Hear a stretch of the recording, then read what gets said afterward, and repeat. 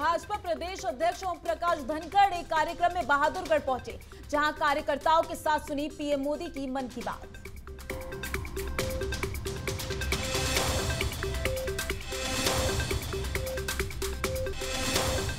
हरियाणा के चरखी दादरी में Bharatiya Janata party OBC मोर्चा की तरफ से ज्योतिबा फुले जयंती पर हुआ एक कार्यक्रम का आयोजन। पूर्व मंत्री नायब सिंह सैनी मुख्य अतिथि के रूप में हुए मौजूद।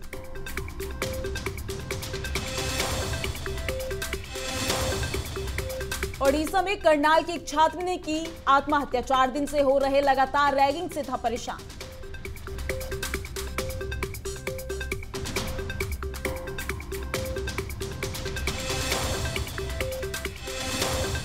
हेमावती नंदन बहुगुणा जयंती के अवसर पर देहरादून घंटाघर पहुंचे पुष्कर सिंह धामी। हेमावती नंदन बहुगुणा की मूर्ति पर किया माल्यार्पण।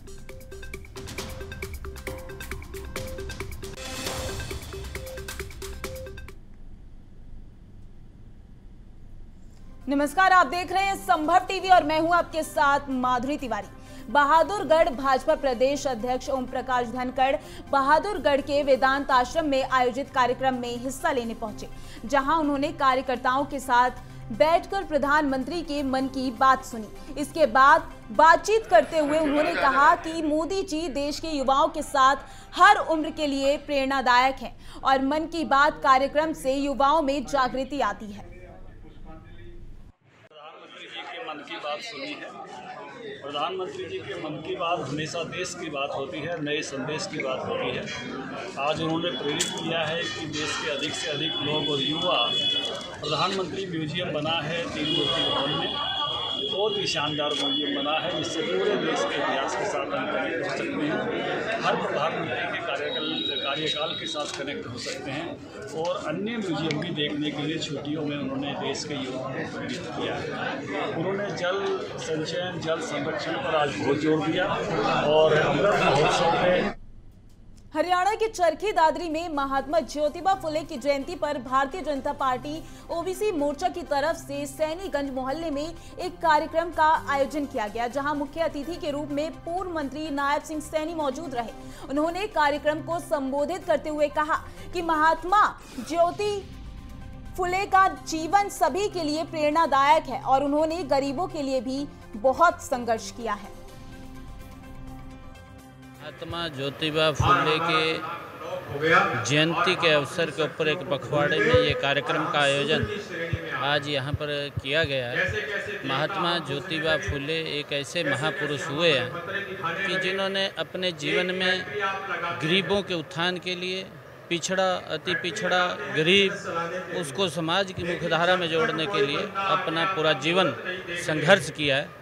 ऐसे महापुरुष, उनके दिवस को आज दादरी के अंदर भारतीय जनता पार्टी ओबीसी मोर्चा यहाँ पर मना रहा है और उस अवसर के ऊपर मुझे यहाँ आने का मौका मिला है, क्योंकि ऐसे महापुरुषों के इतिहास को अगर हम याद रखेंगे तो आने वाली पीढ़ियों को भी ये मालूम पड़ेगा कि इन महापुरुषों ने अपने जीवन के अंदर क्या क्या कठिनाइयाँ सहन की, कैसे तपस्या की और समाज के हित के अंदर, देश के हित के अंदर इन्होंने काम किया है।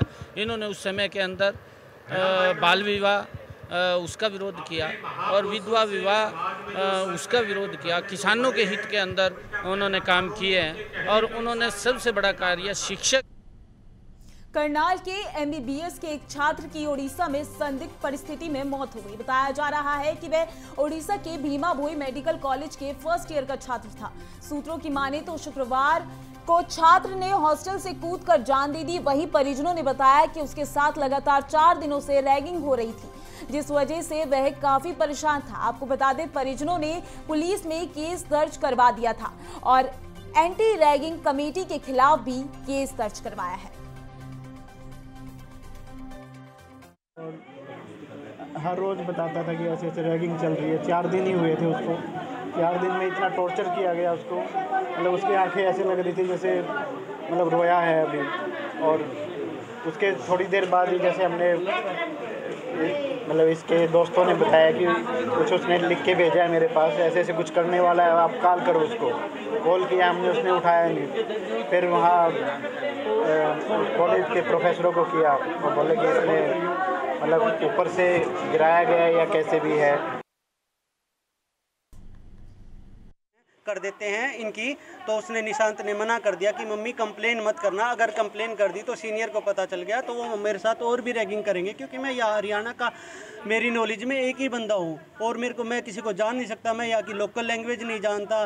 मम्मी मैं बहुत यहाँ पे, मम्मी ने फिर उसकी मम्मी ने ये भी कहा कि हम आ जाते हैं। नहीं मम्मी, उसकी ये हादसा होने से पहले भी उसकी बात हुई, उससे पूछा गया, उससे पूछा कि मम्मी ने पूछा बेटा क्या बात है, वो खाना खा लिया, लंच कर लिया, बोले नहीं मम्मी। तो उसने कहा, सिस्टर ने, जो मैं उसका मामा लगता हूँ निशांत का, तो उसने बात की। फिर उसने सिस्टर ने जो बात की तो उसको बोला कि जा बेटा पहले तू लंच करके आ, और लंच करने के आके फिर मेरे को कॉल करियो। लेकिन उसकी कोई कॉल नहीं आई, उसका कुछ नहीं आया। वो उसका मुंह ऐसा था जैसे कि मतलब किसी को कह नहीं देते कि पता नहीं क्या, चारों तरफ से हथियार लगा दिए कि क्या लगा दिए। उसका रैगिंग से परेशान था सर, वो रैगिंग से परेशान नहीं था, उसका मर्डर ही रैगिंग से हुआ है, रैगिंग से परेशान नहीं था। वो इकलौती औलाद था, इकलौती औलाद। आप क्या समझोगे सर, मैं कैसे बताऊं? अब एक बात बताओ ना, वहाँ पे मीडिया भी, वहाँ पे मैनेजमेंट भी, सबके सब गए और वो मना कर रहे हैं कि कुछ नहीं हुआ। अरे उनकी भी तो सुन लो, उनको भी तो संभाल लो, कम से कम इंक्वायरी करवा दो, हमारे बच्चे को इंसाफ चाहिए, हमें इंसाफ। अगर सरकारी कॉलेज खोल दिए गए हैं तो उनमें कोई सेफ्टी नहीं है सर जी। अगर सरकार उनको, प्रिंसिपल को या वार्ड हैं जो, और वो टीचर हैं, उनको सरकार पैसा दे रही है तो सर वो आराम का पैसा है सरकार का सर, उन पे कोई कार्रवाई नहीं है। उनको सर सस्पेंड होना चाहिए कि सरकार ऊपर से उनको कंट्रोल करे, है कि भाई हम तो उनको पैसा दे रहे हैं तो मैं बच्चों को भविष्य बनाने वास्ते दे रहे हैं, यानी कि बच्चों को मारने वास्ते नहीं दे रहे सर। हम तो ये दरख्वास्त करते हैं मोदी जी से कि आप हमको इंसाफ दो और आप ही कर सकते हो ये काम। 5-6 दिन से मतलब अपने पापा को भी बता रहा था कि आज हमें ऐसे टॉर्चर कर रहे हैं, अपनी मम्मी को भी बता रहा था। जब पेरेंट्स ने बोला कि कंप्लेन कर दें हम उसके अगेंस्ट, तो वो उस चीज़ से भी डर रहा था कि मैं इंडिविजुअली हाईलाइट हो गया तो मेरे को अलग से उसको वो करेंगे, और ज़्यादा टॉर्चर करेंगे। वहाँ पे किसी मेडिकल ओडिशा के ही किसी सीनियर स्टूडेंट ने भी बता रखा है कि मतलब वो वहाँ से पास आउट है या तो इतनी रैगिंग है कि किसी ने पहले कंप्लेन की थी तो लगातार उस नए बच्चे को 15 दिन तक सबके बीच बुला के उसको थप्पड़ मारे गए हैं। तो वो इन चीज़ों से इतना डरा हुआ था कि अगर उसने कंप्लेन कर दी तो अलग से उसके साथ और टॉर्चर होगा तो वो नए माहौल में गया था, एकदम से निकल के 18 साल का वो जस्ट था, उसको वो एडजस्ट होने का वो एक इन्वायरमेंट एक होता है कि एक कोऑपरेशन मिलती है, वो चीज़ नहीं मिली, उसको टॉर्चर मिला। वो उस चीज़ से इतना डर गया कि वो वीडियो कॉल पे आई कांटेक्ट भी नहीं कर पा रहा था पेरेंट्स से। लास्ट टाइम जब 2:30 पे मौसी की बात हुई है उससे, मौसी ने उससे पूछा है कि तेरे को क्या हुआ है, उसकी आंखें स्वेल्ड और मतलब फेस से ये लग रहा था कि जैसे उससे हाथ मारपीट हुई है या जो भी हुआ है। उन्होंने ये बात डिस्कस की फ़ोन करते ही कि निशांत से बात हुई है, निशांत बहुत डरा हुआ लग रहा है कि हम चले उसके पास। जब तक ये डिस्कस होता आधे घंटे बाद उनके पास फ़ोन आ गया था कॉलेज से कि ऐसे ऐसे आपका बच्चा ऊपर से गिर गया है। देहरादून में उत्तराखंड के मुख्यमंत्री पुष्कर सिंह धामी ने घंटाघर पहुंचकर हेमवती नंदन बहुगुणा जयंती के अवसर पर उनकी मूर्ति पर माल्यार्पण किया। उन्होंने कहा कि बहुगुणा एक कुशल प्रशासक, ओजस्वी वक्ता और प्रखर राजनेता थे। उन्होंने अपनी प्रतिभा के बल पर भारतीय राजनीति में अपनी एक अलग पहचान बनाई थी।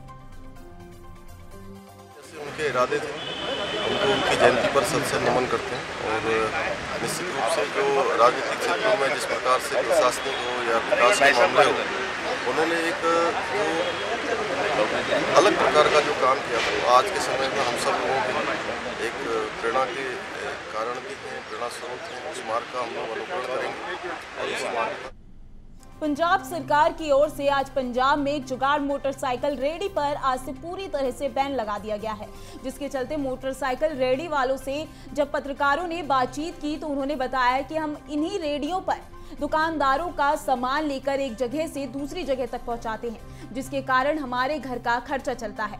सरकार नौकरी तो कई देती नहीं है, जब हम अपना काम करते हैं तो उसके ऊपर सरकार ऐसे कानून बनाकर हमें तंग करती है। अब हम कहां जाएं?